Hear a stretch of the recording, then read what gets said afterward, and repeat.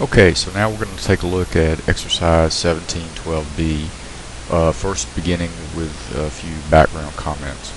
So the sort of accounting that we've been talking about so far involving available for sale and trading security classification with respect to equity securities is called fair value accounting. And this is appropriate when the degree of influence that the investor has over the investee is insignificant, which usually means less than a 20% stake in the investee. But when the magnitude of the investment is significant, we use the equity method of accounting instead of fair value accounting. And so influence is generally gauged by the level of the ownership, which between a 20% to a 50% stake is considered to give the investor significant influence. When the investment is large enough that it gives the investee the ability to the investor the ability to control the investee, then not only do we use the equity method of accounting, but also we prepare consolidated financial statements, and that's what this last little bullet point says. So the takeaway is when the investment gives significant influence, we scrap fair value accounting and go to equity method of accounting.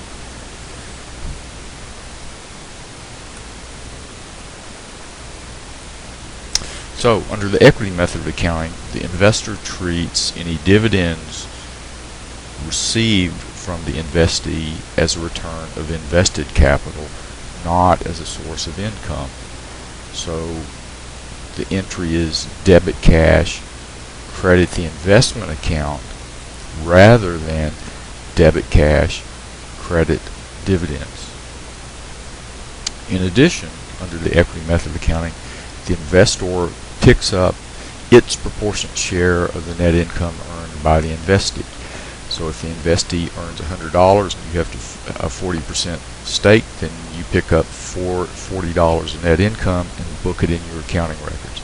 And the entry is investment, debit the investment account, and credit investment income for your proportionate share of the net income that you pick up. So at any given point in time, the balance in the investment account that's reported on the balance sheet of the investor is equal to the original cost of the stock plus any undistributed earnings of the investee that the investee has earned since the stock was purchased. Or another way of saying the same thing, cost of the stock plus your proportionate share of the income that you picked up less the dividends that you've received. Both mean the same thing. So let's take a look at exercise 17-12B. So we got two situations. In situation 1, we've got an investment, both involve investments in common stock. In situation 1, we've got an investment in common stock where the level of the investment is not large enough to give the investor influence over the investee. So in this circumstance, the facts of the problem explicitly tell us to consider these investments, this investment to be available for sale.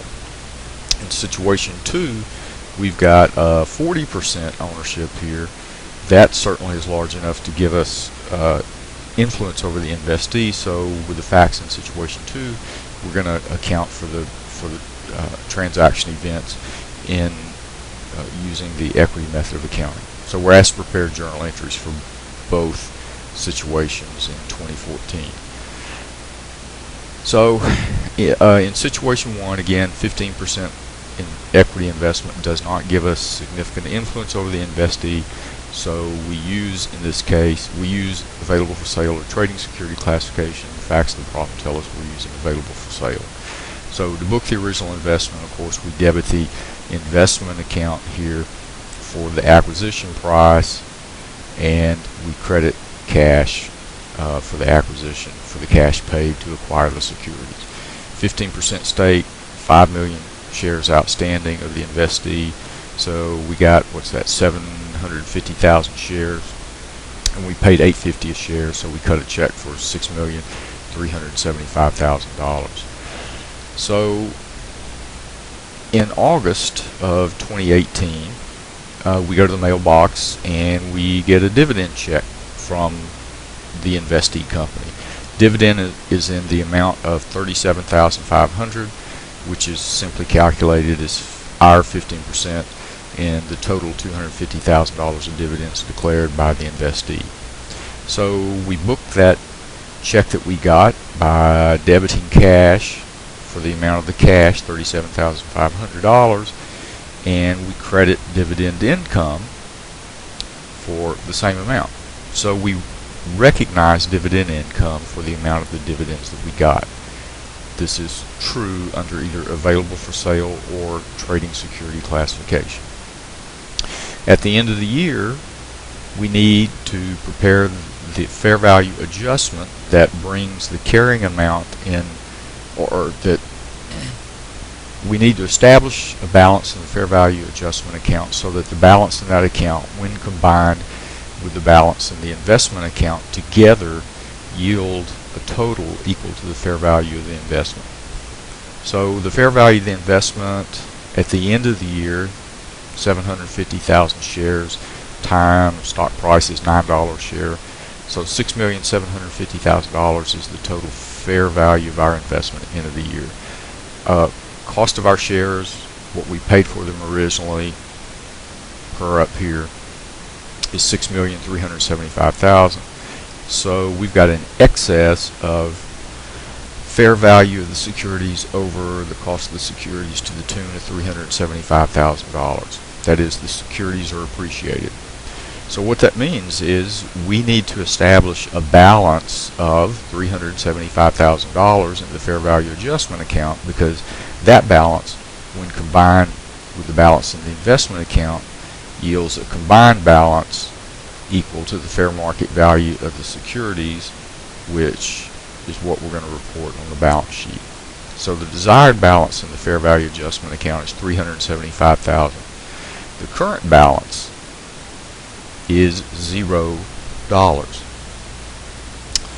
and we can infer that it's $0 because there's no facts to suggest that we had a fair value adjustment account balance at the end of last year. So the entry that we're going to make up here is the entry necessary to bring the balance in the fair value adjustment account from 0 up to the desired balance of $375, or a debit of $375. So we debit the fair value adjustment account $375,000. The offsetting credit to the fair value adjustment entry is always going to go to an unrealized holding gain or loss account, $375,000. In this case, the unrealized holding gain or loss account is an equity account. It is an equity account because these securities are available for sale securities. If these securities had been trading securities, rather than this being an equity account, it would have been an income account. Because this is an equity account, it is reported on the end of your balance sheet as a part of accumulated other comprehensive income.